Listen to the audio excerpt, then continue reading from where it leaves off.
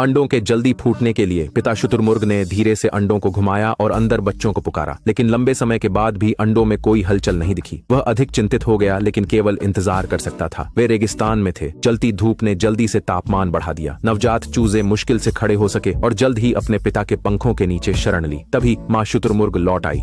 उसने धीरे से पिता को इशारा किया कि वे एक ठंडी जगह ढूंढें। पिता ने अपने पंख फैलाए और देखा कि कई अंडे अभी तक नहीं फूटे थे। उसने अपना मन बदल लिया और पहले सभी अंडों को सेने का निर्णय लिया। जैसे जैसे पहाड़ की छाया लंबी होती गई, पिता पूरी तरह से थक चुके थे। उनींदापन आने पर उन्होंने जम्हाई ली, लेकिन उन्हें जागते रहना पड़ा, क्योंकि रात केवल ठंडक ही नहीं बल्कि शिकारी भी लाती थी। अचानक एक लोमड़ी दिखाई दी, जिससे थके हुए पिता चौंक गए। सौभाग्य से लोमड़ी बहुत बड़ी नहीं थी।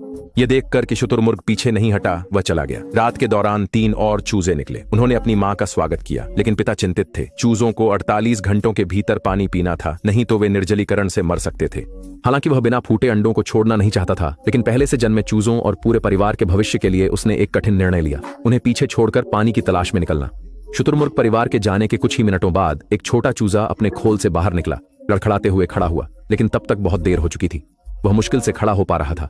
अपने माता पिता को दूर जाते हुए देखते हुए उसे निराशा हुई, लेकिन उसने हार नहीं मानी। वह खड़ा हुआ और उनके पीछे दौड़ा, जोर से पुकारते हुए उनका ध्यान आकर्षित करने की कोशिश कर रहा था। जल्द ही उसकी ताकत खत्म हो गई। अपनी आंखें कमजोर होकर बंद करते हुए उसने एक दुखद पुकार की और चुपचाप मौत का इंतजार करने लगा। पिता शुतुरमुर्ग ने उसकी पुकार सुनी और आवाज का पीछा करते हुए वापस आया। कदमों की आवाज सुनकर चूजा ऊपर देखता है और एक आकृति को पास आते हुए देखता है।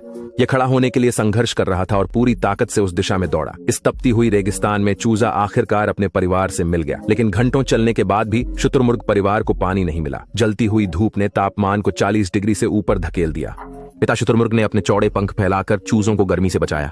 अचानक उसने देखा कि आगे कई जानवर इकट्ठा हो रहे हैं।